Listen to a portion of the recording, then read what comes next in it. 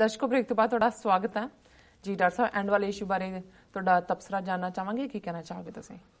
ਦੇਖੋ messages retrieve ਕਰਨ 'ਚ ਦਿੱਕਤ ਆ ਰਹੀ ਹੈ। ਜਦੋਂ ਤੱਕ ਮੈਂ ਇਸ ਇਸ਼ੂ ਨੂੰ ਲੈਂਦਾ ਜੇ ਮੈਂ ਇਹਨੂੰ ਦੇਖ ਸਕਿਆ ਤਾਂ ਫਿਰ ਮੈਂ ਜ਼ਰੂਰ ਸਾਂਝੇ ਕਰਾਂਗਾ ਜੀ। ਅਮਰਿੰਦਰ ਸਿੰਘ, ਤੁਸੀਂ ਇਹਦੀ ਫੋਟੋ ਦੇਖਦੇ ਹੀ ਕਹਿ ਦਿੱਤਾ ਕਿ ਵੀ ਅੱਜ ਇਸ ਦੀ ਸੇਵਾ ਕਰਨੀ ਜੀ। ਦੇਖੋ ਮੈਂ ਸਮਝਦਾ ਵੀ ਬਹੁਤ ਵਾਰ ਜਿਹੜੇ ਲੋਕ ਜ਼ਮੀਰ ਫਰੋਸ਼ ਹੁੰਦੇ ਨੇ ਜੀ, ਆਪਣੇ ਮਾਲਕ ਜਿਹਦੇ ਲਈ ਆਕਾ ਸ਼ਬਦ ਮੈਨੂੰ ਚੰਗਾ ਲੱਗਦਾ, ਜਿਹੜੇ ਵੀ ਕਹਿਣਗੇ ਕਿ ਹਾਂ ਆਕਾ ਜੀ, ਉਹਦੀ ਅੱਖ ਹੀ ਨਹੀਂ ਦੇਖਦੇ, ਉਸ ਦੇ ਨਾਲ ਆਪਣੀ ਵਫਾਦਾਰੀ ਪ੍ਰਗਟ ਕਰਨ ਦੇ ਲਈ, ਵਫਾਦਾਰੀ ਡਿਕਲੇਅਰ ਕਰਨ ਦੇ ਲਈ ਬਾਰ-ਬਾਰ ਉਹ ਆਕਾ ਤੇ ਉਹਦੇ ਸਾਹਮਣੇ ਲੰਮੇ ਪੈ ਕੇ ਨੱਕ ਰਗੜਦੇ ਨੇ ਔਰ ਉਸ ਨੂੰ ਖੁਸ਼ ਕਰਨ ਦੇ ਆਰ 'ਚ ਹੁੰਦੇ ਨੇ। ਅੱਜ ਕੈਪਟਨ ਅਮਰਿੰਦਰ ਸਿੰਘ ਪੰਜਾਬ ਦਾ ਮੁੱਖ ਮੰਤਰੀ, ਹਾਲਾਂਕਿ ਮੁੱਖ ਮੰਤਰੀ ਉਹ ਬਣ ਚੁੱਕਾ ਹੈ ਜੀ, ਪਰ ਜਿਵੇਂ ਉਹ ਹਿੰਦੂ ਤਵੀਆਂ ਨੂੰ ਖੁਸ਼ ਕਰਨ ਤੇ ਲੱਗਾ ਹੋਇਆ ਹੈ, ਭਾਰਤ ਦੇ ਹਾਕਮਾਂ ਦੀ ਉਸ ਟਿਊਨ ਤੇ ਨੱਚ ਰਿਹਾ ਹੈ, ਐਕਸਟਰਾ ਨੱਚ ਰਿਹਾ, ਨੱਚ ਕੇ ਫਾਵਾ ਹੋ ਰਿਹਾ, ਇਹ ਮੇਰੀ ਸਮਝ ਤੋਂ ਬਾਹਰ ਹੈ ਕਿ ਇਹ ਹੁਣ ਅੱਗੇ ਇਹਦਾ ਕੀ ਐਂਬੀਸ਼ਨ ਹੈ, ਜਾਂ ਉਹਨੂੰ ਲੱਗਦਾ ਹੈ ਕਿ ਵੀ ਜੇ ਮੈਂ ਨਾ ਨੱਚਿਆ ਤੇ ਸ਼ਾਇਦ ਮੇਰੀ ਸਰਕਾਰ ਤੋੜ ਦੇਣ, ਜਾਂ ਕੋਈ ਅੱਗੋਂ ਆਪਣੇ ਟੱਬਰ ਨੂੰ ਜਿਹੜਾ ਉਸ ਦੇ ਲਈ ਕੋਈ ਰਾਹਤ ਰਹਿਣਾ ਚਾਹੁੰਦਾ।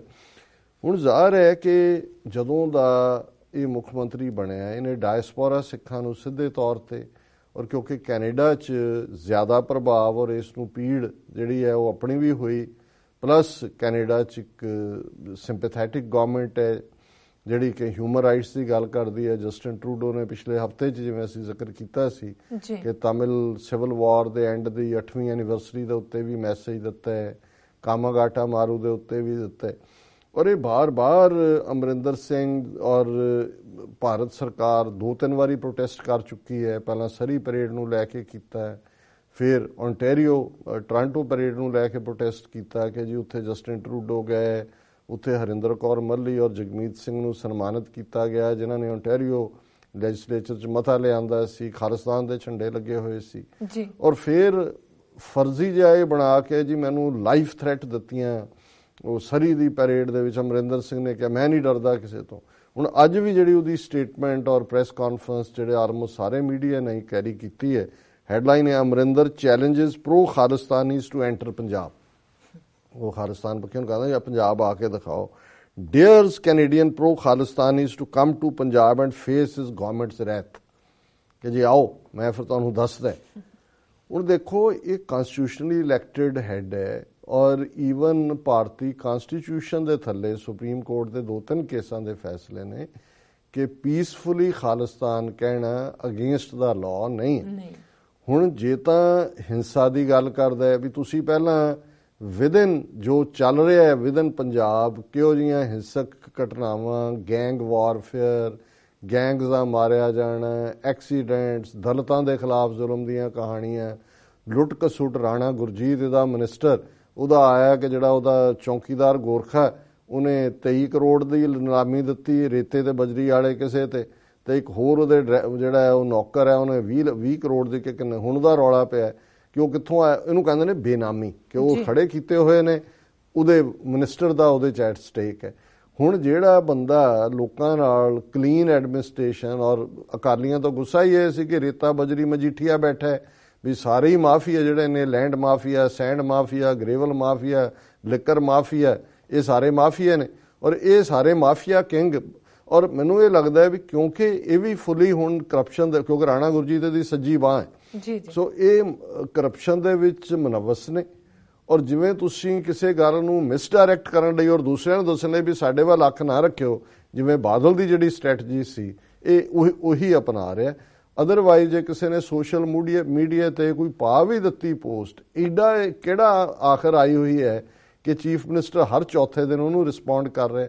ਔਰ ਇਹੀ ਗੱਲ ਉਹਨੇ ਬਾਰ-ਬਾਰ ਕਹੀ ਹੈ ਕਿ ਜੀ ਮੈਂ ਦੇਖਾਂਗਾ, ਇੱਥੇ ਆ ਜਾਓ, ਮੈਨੂੰ ਕੋਈ ਸਿਕਿਉਰਿਟੀ ਨਹੀਂ ਚਾਹੀਦੀ, ਅਸੀਂ ਇਸ ਸਾਰੇ ਨਾਲ ਨਿਬੜ ਲਾਂਗੇ। ਸੋ ਮੈਂ ਸਮਝਦਾ ਕਿ ਵੀ ਇਹ ਹੁਣ ਕੀ ਮੈਂ ਕਹਾਂ, ਕਹਿ ਕੇ ਫਿਰ ਇਹ ਕਹਾਂਗਾ ਜੀ ਇੱਕ ਥ੍ਰੈਟ ਅਮਰੀਕਾ ਤੋਂ ਵੀ ਆਈ ਸਾਨੂੰ, ਪਰ ਇਹ ਮੈਂ ਸਮਝਦਾ ਵੀ ਵਿਨਾਸ਼ ਕਾਲੇ ਵਿਪਰੀਤ ਬੁੱਧੇ। ਕਈ ਵਾਰ ਤੁਹਾਡਾ ਵਿਨਾਸ਼ ਆਉਂਦਾ ਹੈ, ਤਬਾਹੀ ਆਉਂਦੀ ਹੈ, ਤੁਹਾਡੀ ਅਕਲ ਪੁੱਠੀ ਹੋ ਜਾਂਦੀ ਹੈ, and that is what exactly he is doing. ਔਰ ਮੈਂ ਦੇਖ ਰਿਹਾ ਘੜੀ ਵੱਲ ਤੇ ਕੁਝ ਕੁਇਕ ਮੈਸੇजेस ਗੁਰਪ੍ਰੀਤ ਸਿੰਘ ਕਹਿੰਦੇ ਨੇ ਡਾਕਟਰ ਸਾਹਿਬ Serbia is a part of Russia right plus clear for my knowledge. ਨਹੀਂ, ਸਰਬੀਆ ਇੰਡੀਪੈਂਡੈਂਟ ਕੰਟਰੀ ਹੈ ਔਰ ਕਿਸੇ ਵੇਲੇ ਇਹ ਯੂਗੋਸਲਾਵੀਆ ਦਾ ਮੇਨ ਕਨਸਟੀਟੂਐਂਟ ਹੁੰਦਾ ਸੀਗਾ ਜੀ। ਮੋਹਨਜੀਤ ਸਿੰਘ ਖਾਲਸਾ ਤੁਹਾਨੂੰ ਚੜ੍ਹਦੀ ਕਲਾ ਵਿੱਚ ਰੱਖੋ, ਵਾਹਿਗੁਰੂ ਰੱਖੇ, ਕਿਉਂਕਿ ਫਿਰ ਇਹ ਨਾ ਹੋਵੇ ਕਿ ਸਰਕਾਰ ਬਾਜੋਂ ਫੌਜਾਂ ਜਿੱਤ ਕੇ ਅੰਤ ਨੂੰ ਹਾਰੀਆਂ ਨੇ, ਇੱਕ ਸਰਕਾਰ ਬਣ ਨਹੀਂ, ਐਸੀ ਨਹੀਂ ਗੱਲ ਹੈ। ਪੰਥ ਦੇ ਵਿੱਚ ਗੁਰੂ ਨੇ ਬਹੁਤ ਕੁਝ ਰੱਖਿਆ ਹੋਇਆ ਜੀ। ਡਾਕਟਰ ਸਾਹਿਬ ਜਸਵਿੰਦਰ ਸਿੰਘ ਲਿਖਦੇ ਨੇ ਸੀਐਟਲ ਤੋਂ, how we can be united advise everyone, we do have lots of hurdles. Jaswinder Singh ji, ਅਸੀਂ ਯੂਨਿਟੀ ਤਾਂ ਹੁਣੇ ਕਰਕੇ ਆਏ ਹਾਂ ਆਪਸੀ ਗੱਲਬਾਤ ਕਰਕੇ, ਮੈਂ ਫਿਰ ਕਿਸੇ ਵੇਲੇ ਡਿਸਕਸ ਕਰਾਂਗਾ, ਪਰ ਏਜੰਡੇ ਦੇ ਉੱਤੇ ਅਸੀਂ ਇਕੱਠੇ ਹੁੰਦੇ ਹਾਂ।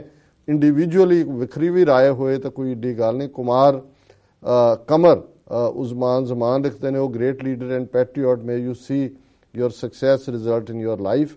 ਬਹੁਤ ਸ਼ੁਕਰੀਆ ਜ਼ਮਾਨ ਸਾਹਿਬ। ਅਸੀਂ ਜੋ ਠੀਕ ਹੈ ਉਹ ਕਰ ਰਹੇ ਹਾਂ, ਸਕਸੈਸ ਜਾਂ ਕੀ ਕਦੋਂ ਹੈਪਨ ਹੋਣਾ ਹੈ ਇਹ ਅੱਲਾਹ ਤਾਲਾ ਦੇ ਕੋਲ ਹੈ, ਵਾਹਿਗੁਰੂ ਦੇ ਕੋਲ ਹੈ, ਰੱਬ ਦੇ ਕੋਲ ਹੈ। ਵੀਰ ਹਰਮੇਲ ਸਿੰਘ, ਰਗਬੀਰ ਸਿੰਘ, ਭੁਪਿੰਦਰ ਸਿੰਘ, ਸੁਖਵਿੰਦਰ ਸਿੰਘ ਰਿਆਇਤ, ਗੁਰਪ੍ਰੀਤ ਸਿੰਘ ਲਿਖਦੇ ਨੇ ਨਿਊ ਸਟੂਡੀਓ ਕਲਰਸ ਆਸਮ, ਬਹੁਤ ਸ਼ੁਕਰੀਆ, ਸਾਡੀ ਟੈਕਨੀਕਲ ਟੀਮ ਨੂੰ ਖੁਸ਼ ਕਰਤਾ ਤੁਸੀਂ।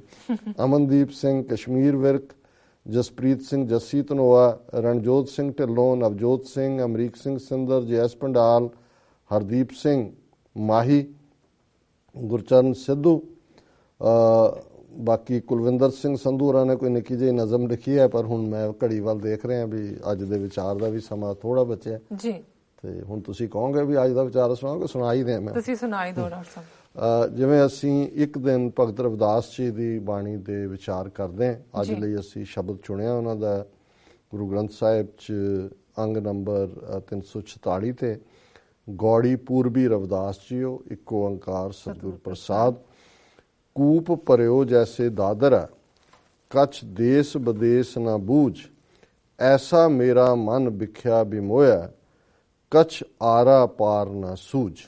ਹੁਣ ਬਹੁਤ ਵਾਰ ਅਸੀਂ ਪੰਜਾਬੀ ਦੇ ਵਿੱਚ ਇੱਕ ਕਹਾਵਤ ਇਸਤੇਮਾਲ ਕਰਦੇ ਹਾਂ, ਖੂਹ ਦਾ ਡੱਡੂ ਜੀ, ਔਰ ਇਹ ਕਹਾਣੀ ਹੈ ਕਿ ਇੱਕ ਸਮੁੰਦਰ ਦਾ ਡੱਡੂ ਖੂਹ ਦੇ ਡੱਡੂ ਕੋਲ ਆਇਆ, ਹਾਂਜੀ, ਉਹਨੂੰ ਕਹਿੰਦਾ ਦੇਖ ਤੈਨੂੰ ਮੈਂ ਦਿਖਾਵਾਂ ਕਿੰਨਾ ਵੱਡਾ ਮੇਰਾ ਖੂਹ ਆ। ਉਹਨੇ ਇੱਕ ਛੜੱਪਾ ਮਾਰਿਆ ਦੂਜੇ ਕਾ, ਉਹਦੇ ਜਾ ਕੇ ਕੰਧ ਨਾਲ ਲੱਗ ਗਿਆ। ਫਿਰ ਉਧਰ ਆਇਆ, ਉਹ ਕਹਿੰਦਾ ਚੱਲ ਤੈਨੂੰ ਮੈਂ ਦਿਖਾਵਾਂ ਸਮੁੰਦਰ ਕੀ ਹੁੰਦਾ। ਕਹਿੰਦਾ ਨਾ ਨਾ, ਮੈਂ ਸਮੁੰਦਰ 'ਚ ਹੀ ਬੈਠਾ, ਏਡਾ ਵੱਡਾ ਸਮੁੰਦਰ ਹੈ, ਹੁਣ ਮੈਂ ਹੋਰ ਕਿਹੜਾ ਸਮੁੰਦਰ ਦੇਖਣਾ। ਉਹਨੂੰ ਅਸੀਂ ਕਹਿੰਦੇ ਵੀ ਖੂਹ ਦਾ ਡੱਡੂ ਹੈ, ਕਿ ਵੀ ਉਹਦੀ ਇੱਕ ਸੀਮਤ ਵਿਜ਼ਨ ਹੈ। ਤੇ ਭਗਤ ਜੀ ਨੇ ਇਸ ਮੈਟਾਫਰ ਨੂੰ ਯੂਜ਼ ਕੀਤਾ, ਕੂਪ ਭਰਿਓ ਜੈਸੇ ਦਾਦਰਾ। ਦਾਦਰਾ ਡੱਡੂ ਨੂੰ ਕਹਿੰਦੇ ਨੇ, ਕਿ ਜਿਵੇਂ ਖੂਹ ਦੇ ਵਿੱਚ ਡੱਡੂ ਹੋਏ, ਕਛ ਦੇਸ਼ ਵਿਦੇਸ਼ ਨਾ ਬੂਝ, ਉਹਦੇ ਲਈ ਉਹੀ ਜਿਹੜਾ ਖੂਹ ਹੀ ਸਾਰੀ ਦੁਨੀਆ ਹੁੰਦੀ ਆ, ਉਹਨੂੰ ਕੋਈ ਹੋਰ ਉਹਦੇ ਤੋਂ ਵਿਦੇਸ਼ ਨਹੀਂ ਨਜ਼ਰ ਆਉਂਦਾ। ਕੋਈ ਦੇਸ਼ ਵਿਦੇਸ਼ ਦੀ ਗੱਲ ਉਹਨੂੰ ਸੁਣਾਓ ਵੀ ਉਹਨੇ ਕਹਿਣਾ ਲੈ ਮੇਰੇ ਵਰਗਾ ਕੀ ਹੈ ਜੀ। ਐਸਾ ਮੇਰਾ ਮਨ ਵਿਖਿਆ ਬਿਮੋਇਆ, ਕਛ ਆਰਾ ਪਾਰ ਨਾ ਸੂਝ। ਇਸੇ ਤਰ੍ਹਾਂ ਮੈਂ ਵੀ ਮਾਇਆ ਦੇ ਖੂਹ ਦੇ ਵਿੱਚ ਡੁੱਬਿਆ ਹੋਇਆ, ਉਸ ਕੂਪ ਦੇ ਡੱਡੂ ਦੀ ਤਰ੍ਹਾਂ, ਔਰ ਮੈਨੂੰ ਵੀ ਕੋਈ ਆਰ ਪਾਰ ਸਮਝ ਨਹੀਂ ਆਉਂਦੀ। ਮੈਨੂੰ ਵੀ ਇਹ ਲੱਗਦਾ ਵੀ ਇਹ ਮਾਇਆ ਦਾ ਧਾਰਾਕਾਰ ਇਹੀ ਬਿਗਨਿੰਗ ਹੈ, ਇਹੀ ਐਂਡ ਹੈ ਜੀ। ਔਰ ਅਸੀਂ ਸਾਰੇ ਹੀ ਆਲਮੋਸਟ ਖੂਹ ਦੇ ਡੱਡੂ ਬਣੇ ਹੋਏ ਹਾਂ। ਫਿਰ ਭਗਤ ਜੀ ਫਰਮਾਉਂਦੇ ਨੇ, ਸਗਲ ਭਵਨ ਕੇ ਨਾਇਕਾ ਇੱਕ ਛਿਨ ਦਰਸ ਦਿਖਾਏ ਜੀ ਰਹਾਓ, ਕਿ ਸਾਰੇ ਇਸ ਸੰਸਾਰ ਕਾਇਨਾਤ ਦੇ ਬਾਦਸ਼ਾਹ, ਨਾਇਕ, ਸਰਦਾਰ, ਹੇ ਵਾਹਿਗੁਰੂ ਇੱਕ ਛਿਨ ਲਈ ਮੈਨੂੰ ਆਪਣਾ ਦਰਸ਼ਨ ਦੇ, ਦੀਦਾਰ ਦੇ। ਮਲਨ ਭਈ ਮਤ ਮਾਧਵ, ਹੇ ਮੇਰੇ ਵਾਹਿਗੁਰੂ, ਹੇ ਪ੍ਰਭੂ ਮਾਧਵ, ਵਾਹਿਗੁਰੂ ਲਈ ਸ਼ਬਦ ਹੈ ਜੀ। ਮਲਨ ਭਈ ਮਤ, ਮੇਰੀ ਜਿਹੜੀ ਮਤ ਹੈ, ਅਕਲ ਹੈ, ਉਹ ਮੈਲੀ ਹੈ, ਉਸ ਦੇ ਵਿੱਚ ਵਿਕਾਰਾਂ ਦੀ ਮੈਲ ਭਰੀ ਹੋਈ ਹੈ। ਤੇਰੀ ਗਤ ਲਖੀ ਨਾ ਜਾਏ, ਤੁਹਾਡਾ ਜਿਹੜਾ ਉਸ ਨੂੰ ਬਿਆਨ ਨਹੀਂ ਕੀਤਾ ਜਾ ਸਕਦਾ, ਤੁਹਾਡੀ ਵਡਿੱਤਣ ਨੂੰ, ਤੁਹਾਡੇ ਹੋਂਦ ਨੂੰ।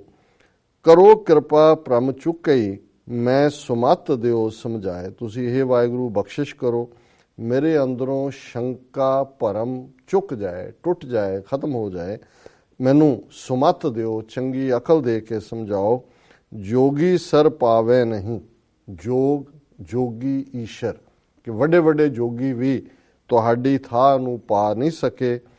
ਤੋ ਗੁਣ ਕਥਨ ਅਪਾਰ, ਤੁਹਾਡੇ ਗੁਣਾਂ ਨੂੰ ਕਥਿਆ ਨਹੀਂ ਜਾ ਸਕਦਾ, ਉਹ ਅਪਰੰਪਾਰ ਨੇ ਜੀ। ਪ੍ਰੇਮ ਭਗਤ ਕੈ ਕਾਰਣੇ ਕਹ ਰਵਿਦਾਸ ਚਮਾਰ। ਰਵਿਦਾਸ ਜੀ ਆਪਣੇ ਕਿੱਤੇ ਨੂੰ ਸੰਬੋਧਿਤ, ਆਪਣੇ ਕਿੱਤੇ ਨਾਲ ਆਪਣੇ ਆਪ ਨੂੰ ਜੋੜ ਕੇ ਕਹਿੰਦੇ ਨੇ ਕਿ ਰਵਿਦਾਸ ਚਮਾਰ ਕਹਿੰਦੇ ਕਿ ਮੈਂ ਤੇਰੇ ਨਾਲ ਇਸ ਲਈ ਲੱਗਾ ਕਿ ਤੂੰ ਮੈਨੂੰ ਪ੍ਰੇਮ ਦੇ, ਪਿਆਰ ਦੇ ਤੇ ਆਪਣੀ ਬੰਦਗੀ ਦੇ, ਆਪਣੀ ਭਗਤੀ ਦੇ। ਇਸ ਕਾਰਨ ਕਰਕੇ ਕਿ ਪ੍ਰੇਮ ਭਗਤ ਕਿਆ ਕਾਰਨ ਹੈ ਕੌ ਰਵਿਦਾਸ ਚਮਾਰ, ਕਿਆ ਕਹਿਣੇ ਨਿਮਰਤਾ ਦੇ। ਔਰ ਕਿਸ ਹੱਦ ਤੱਕ ਇਹ ਪ੍ਰੇਮਾ ਭਗਤੀ ਉਹਨਾਂ ਨੇ ਸਾਨੂੰ ਰਾਹ ਦੱਸੇ, ਸਾਡੇ ਲਈ ਹੈ। ਤਾਂ ਆਲਰੇਡੀ ਰੱਬ ਦੇ ਨਾਲ ਇੱਕ ਮਿਕਸਾ ਨੇ ਸਾਨੂੰ ਦੱਸਣ ਲਈ ਹੈ ਕਿ ਕਿਵੇਂ ਆਜ਼ਿਜ਼ੀ ਦੇ ਨਾਲ ਰੱਬ ਦੇ ਸਾਹਮਣੇ ਨਤਮਸਤਕ ਹੋ ਕੇ ਜਿਹੜਾ ਉਹ ਅਰਦਾਸ ਕਰਨੀ ਹੈ, ਬੇਨਤੀ ਕਰਨੀ ਹੈ। ਜੀ ਡਾਕਟਰ ਸਾਹਿਬ, ਬਿਲਕੁਲ ਤੁਹਾਡਾ ਬਹੁਤ ਬਹੁਤ ਸ਼ੁਕਰੀਆ। ਤੁਸੀਂ ਅੱਜ ਦੇ ਸਾਡੇ ਦਰਸ਼ਕਾਂ ਨਾਲ ਅੱਜ ਦੇ ਅਹਿਮ ਇਸ਼ੂ ਤੇ ਅੱਜ ਦਾ ਵਿਚਾਰ ਸਾਂਝਾ ਕੀਤਾ। ਇਸ ਨਾਲ ਆਪਣੇ ਵਿਊਅਰਸ ਕੋਲ ਨੇ ਇਜਾਜ਼ਤ। ਵਿਊਅਰਸ, ਸਾਡੇ ਪ੍ਰੋਗਰਾਮ ਦਾ ਸਮਾਂ ਇੱਥੇ ਸਮਾਪਤ ਹੁੰਦਾ ਹੈ। ਤੁਸੀਂ ਆਪਣੀ ਰਾਏ ਤੇ ਸੁਝਾਅ ਸਾਨੂੰ ਭੇਜਣਾ ਭੁੱਲਣਾ ਸਾਡੇ ਇਸ ਪਤੇ ਤੇ sos@tv84.tv ਤੇ। ਅਸੀਂ ਆਪਣਾ ਪ੍ਰੋਗਰਾਮ ਲੈ ਕੇ ਫਿਰ ਦੁਬਾਰਾ ਹਾਜ਼ਰ ਹੋਵਾਂਗੇ। ਤਦ ਤੱਕ ਲਈ ਮੈਨੂੰ ਤੇ ਆਪਣਾ ਸਲਾਹ ਆਗਿਆ ਦਿਓ। ਦੇਖਦੇ ਰਹੋ TV84। ਬੁਲਾ ਦਿਓ ਫਤਿਹ। ਵਾਹਿਗੁਰੂ ਜੀ ਕਾ ਖਾਲਸਾ, ਵਾਹਿਗੁਰੂ ਜੀ ਕੀ ਫਤਿਹ।